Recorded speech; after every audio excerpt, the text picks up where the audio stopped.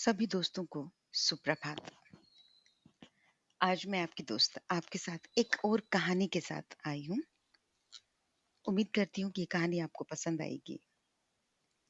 न जाने क्यों, पर आज मेरे मन में एक विचार आया कि शायद तुम्हारे जीवन में किसी और ने मेरी जगह ले ली है।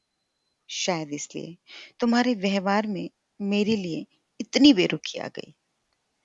बार-बार मन होता है कि तुमसे पूछ लूँ, फिर सोचती हूँ कि कोई और किसी की जगह कैसे ले सकता है। हर इंसान की अपनी जगह होती है। हाँ, ये हो सकता है कि किसी किसी इंसान की जगह कभी कम हो जाए और किसी की थोड़ी ज़्यादा। वैसे सच कहूँ तो मैं तुमसे ये पूछने की हिम्मत भी नहीं जुटा पा रही हूँ।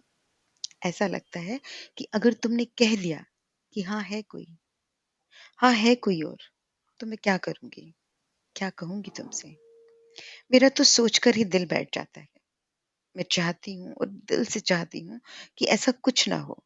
मेरा डर झूठा हो, मेरी उम्मीद, मेरा विश्वास सच हो।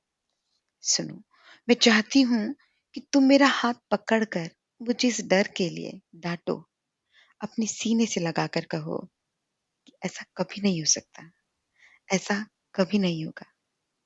हम हमेशा साथ थे, हैं और रहेंगे। हमें कोई अलग नहीं कर सकता। मैं मन में उम्मीद का दीपक जलाकर हमारे मिलने का इंतज़ार कर रही हूँ। मैं मन में दीपक जलाकर हमारे मिलने का इंतज़ार कर रही हूँ। चले आओ, सदैव तुम्हारी शिखा। और एक छोटा-सा दिल बनाकर शिखा ने उस पत्र को ख़त्म किया।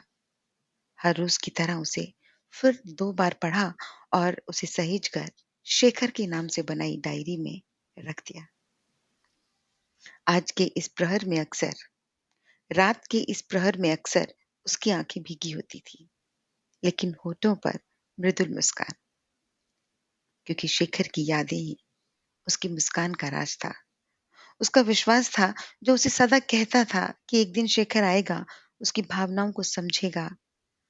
और बस इसी उम्मीद में उसकी आंखें हर दिन के इंतजार के खालीपन और दर्द को बहा देने के लिए भीग जाती थी। इंतजार और दर्द का ये बहाव कागज के समुद्र पर शब्दों की कश्तियों के रूप में दूर दूर तक चला जाता, और शिखा एक माझी सी कभी इस दिशा कभी उस दिशा, आशा निराशा में उलझती रहती। पर ये सच था कि हर बीतते दिन के साथ ये खत लिखने का सिलसिला और भी स्थायी होता जा रहा था। इन खतों में वो शेखर के साथ जीवन के असंख्य लम्हों को जीती थी। कभी-कभी तो दर्पण के सामने खड़ी होकर खुद को संवारती, मुस्कुराती और तब लिखने बैठती। लिखते-लिखते कभी हँस पड़ती, कभी रो पड़ती, कभी शर्मा जाती। कभी-कभी तो उसे खुद पर ये संदेह होता था कि मैं सामान्य भी हूँ या नहीं? कहीं मैं पागल तो नहीं हो गई? अजब होते हैं मन के भाव।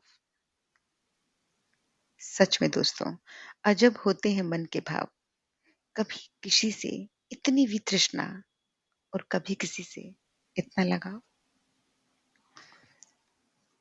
जी हाँ दोस्तों, जीवन के भाव शायद ऐसे ही होते हैं। उम्मीद करती हूँ कि आपको ये कहानी पसंद आई होगी। तो अपनी पसंद और नापसंद को मेरे साथ ज़रूर शेयर कीजिए। आपकी दोस्त सुमन। और अगली ऑडियो के आने तक अपना और अपने आसपास के लोगों का ख्याल रखें। Take care. Bye bye.